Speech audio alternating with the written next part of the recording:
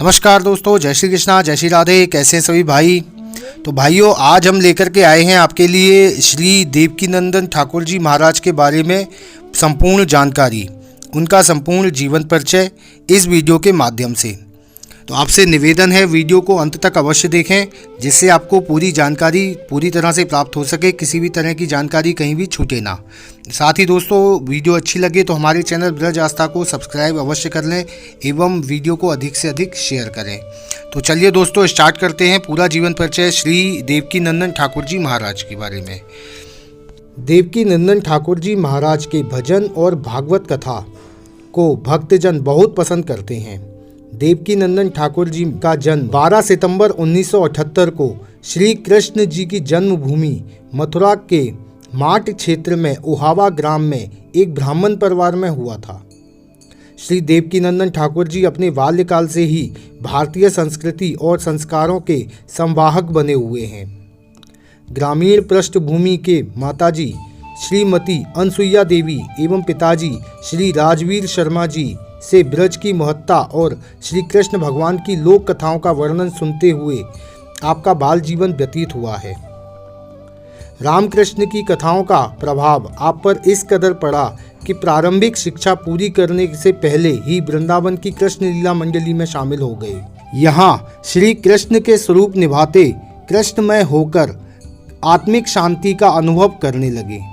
आप लीला मंचन में इतना खो जाते थे कि साक्षात कृष्ण प्रतिमा लगते थे। यही दर्शकों ने अपने ठाकुर जी का संबोधन प्रदान किया। वृंदावन में ही श्री वृंदावन भागवत पीठाधीश्वर श्री पुरुषोत्तम शरण शास्त्री जी महाराज को गुरु के रूप में प्राप्त कर प्राचीन शास्त्रों ग्रंथों की शिक्षा प्राप्त की। आपने प्राचीन भारतीय ग्रंथों की गहनता से अध्ययन किया तो पाया कि ईश्वर के अवतारों, संतों, ऋषि मुनि एवं महापुरुषों की सभी क्रियाएं समाज के हित करने का संदेश देती हैं। सभी धर्म भी समाज और उसमें रहने वाले प्राणी मात्र की उन्नति और कल्याण की बात कहते हैं। श्री राम और श्री कृष्ण की विभिन्न लीलाएं और जीवन क्रियाएं समाज में व्याप्त अत्याचार, अधर्म, हिंसा, अनैतिकता, धनी निर्धन, ऊंच नीच और छुआछूत जैसी सामाजिक कुरीतियों और बुराइयों के विनाश और निदान के लिए समर्पित थीं। आज हम अपने आराध्य को मानते हैं, लेकिन उनकी शिक्षाओं को नहीं मानते हैं, जबकि हम उनके जीवन से शिक्षा लेकर अपने वर्तमान समाज को ऐसी बुराइयों से दूर रख सकते हैं। इसी विचार को सिद्धांत मानकर श्री देवकीनंदन ठाकुर जी ने श्री रामकृष्ण कथाओं के माध्यम से समाज में व्याप्त बुराइयों के खिलाफ संदेश देने का कार्य किया। आप कथा प्रसंगों को केवल कहानी की तरह प्रस्तुत नहीं करते, बल्कि वर्तमान परिस्थितियों में उनकी सार्थकता और उपयोगिता को सिद्ध करते हैं, जिससे श्रोतागणों में अपने कर्तव्यों के प्रति जागरूकता का विकास होता है। सन 1997 में दिल्ली से इन प्रेरणादायी कथाओं का प्रारंभ आपने किया। 10 अगस्त 2012 तक 439 कथाओं के माध्यम से आज जनमानस में आपसी प्रेम, सद्भाव, संस्कृति संस्कार के विचार फैला चुके हैं। निसंदेह इसका व्यापक प्रभाव भी श्रोताओं पर होता है। महाराष्ट्री की कथाओं में दिन प्रतिदिन बढ़ती श्रोताओं की संख्या इस बात की गवाह है कि आज भी लोग भारतीय सभ्यता और संस्कारों में विश्वास रखते हैं और इससे जुड़ते हैं। बस जरूरत है उन्हें जागरूक करने की। महाराज जी इन प्रयासों में सफल रहे हैं। आज के तनाव भरे जीवन में मानव मात्र शांति की खोज में व्याकुल है। वे विचार जो हमारे अंतर्मन को सुकून और आत्मीयता का अनुभव कराते हैं, हमारे लिए शांति का कारक बनते हैं। यही बात महाराष्ट्री की कथाओं की प्रमुख विशेषता है। वह बड़ी से बड़ी बात को इतनी सहजता से परिभाषित कर देते हैं कि सामान्य व्यक्ति को भी वह अपने काम की ही लगती है, और छोटी से छोटी बात को इतनी आत्मीयता से वर्णित करते हैं कि प्रत्येक व्यक्ति को अपनी बात लगती है और वह उनके हृदय से जुड़ जाता है। जब व्यक्तियों के हृदय आपस में जुड़ जाते हैं तो प्रेम और सद्भाव के विचार तेजी से फैलते। कथाओं की इसी शांतिकारी शैली से प्रभावित होकर सन 2007 में निम्बार्काचार्य जगतगुरु श्री जी महाराज ने आपको शांति दूत की उपाधि प्रदान की।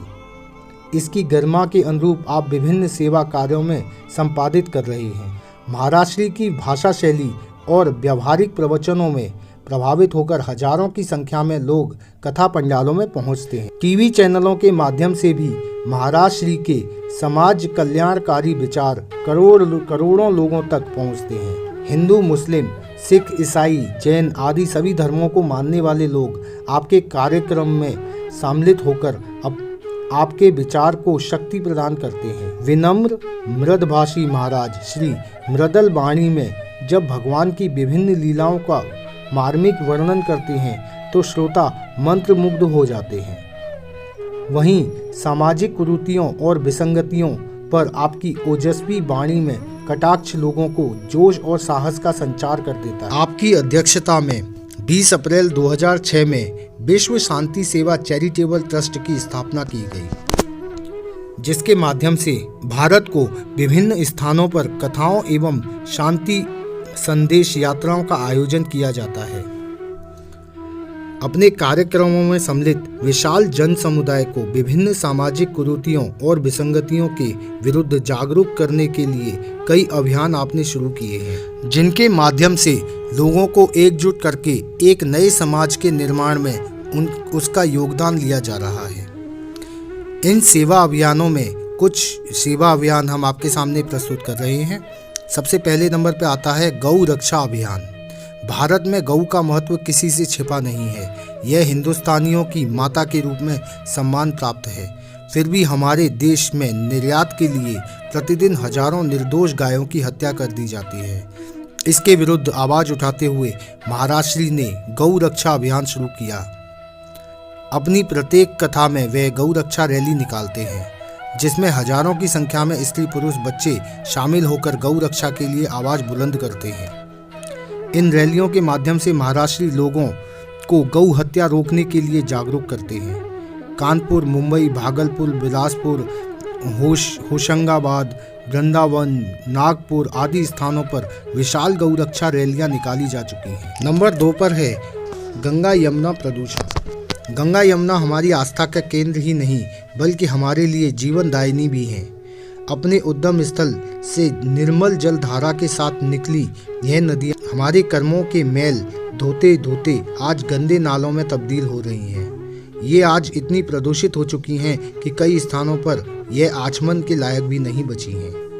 इस प्रदूषण के प्रति जागरूकता लाने के उद्देश्य से गंगा यमुना पद यात्राएं महाराज श्री के सानिध्य में विश्व शांति सेवा चैरिटेबल ट्रस्ट के माध्यम से निकाली जाती हैं। गंगा यमुना प्रदूषण के विरुद्ध किए जा रहे तमाम आंदोलनों में महाराज श्री बढ़ चढ़कर भाग लेते हैं और अपने कार्यक्रमों में आने वाले प्रत्येक श्रोता को इस दिशा में प्रयास करने को सहमत करते हैं। इसी संदर्भ में कथा स्थल पर ही स्थानीय समाज सेवियों और पर्यावरण प्रेमियों के साथ मिलकर इस विषय पर गोष्ठी का आयोजन किया जाता है, जिसमें इन नदियों के प्रदूषित होने के कारणों और आम जनता की जिम्मेदारी पर विचार प्रकट कर उपस्थिति श्रोतागणों को इसके प्रति जागरूक किया जाता है। नंबर 3 पर है दहेज प्रथा। आज हमारे समय में बड़ी कुरीति है दहेज प्रथा। दहेज लोभियों द्वारा हजारों विवाहिता महिलाओं इसकी बलि चढ़ा दी जाती है। कई परिवार दहेज लोभियों की मांगें पूरी करते करते बर्बाद होते जाते हैं। आज समाज में इस दहेज दानव को समाप्त करने की आवश्यकता है। महाराज श्री इस दिशा में विशेष रूप से प्रयास कर रहे हैं। अपने प्रत्येक कथा कार्यक्रम में सम्मिलित हजारों श्रोताओं को वह इस बात के लिए शपथ दिलाते हैं कि वह ना तो दहेज लेंगे और ना ही दहेज देंगे।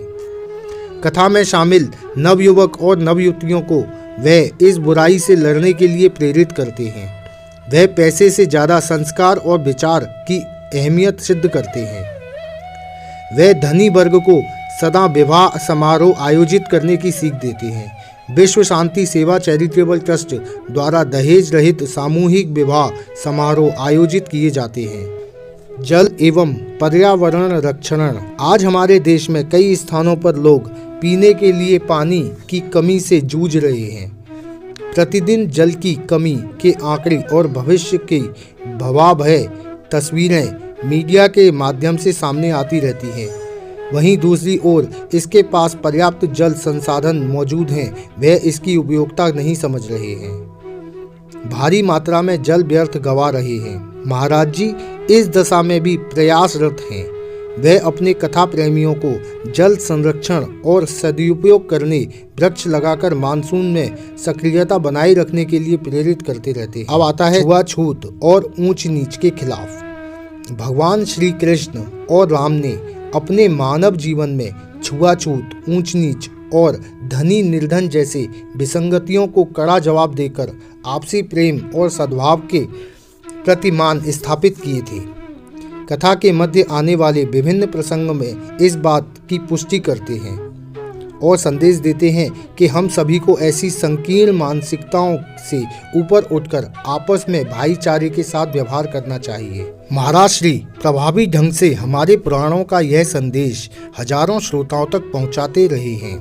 ऐसे विभिन्न प्रकार के कार्य जैसे नव युवाओं में संस्कार की प्रेरणा, कैदियों के लिए सुधार कार्य, असहाय आपदा पीड़ित एवं रोग पीड़ितों की सहायता, विश्व शांति के लिए शांति यात्राएं आदि तरह के सामाजिक कार्य महाराज जी की संस्था कर रही है। मूलतः कथाओं के माध्यम से लोगों को जोड़कर उनमें प्राचीन संस्कृति, संस्कार, सद्भाव और सामाजिक जिम्मेदारी के प्रति जागरूक करने का कार्य महाराज श्री कर रहे हैं, जिसका प्रत्यक्ष प्रभाव आपकी कथाओं में शामिल होने वाले विशाल जन समुदाय की उपस्थिति में देखा जा सकता है। पौराणिक कथा प्रसंगों को वर्तमान परिस्थितियों से जोड़कर प्रभावी रूप से सिद्ध करने की कला आपको प्राप्त है। तो ये संपूर्ण बातें देवकीनंदन ठाकुर जी के बारे में उनका जीवन परिचय सिद्ध करती हैं। तो दोस्तों, वीडियो देखने के लिए आपका बहुत बहुत धन्यवाद। इसी तरह की धार्मिक वीडियोस एवं जानकारी पाने के लिए हमारे चैनल ब्रज आस्था को सब्सक्राइब कर लें एवं वीडियो को अधिक से अधिक शेयर करें ताकि इसी तरह की जानकारी और लोगों तक भी पहुंचे। तो चलिए दोस्तों, फिर मिलेंगे अगली वीडियो में। तब तक के लिए जय श्री कृष्णा, जय श्री राधे, नमस्कार।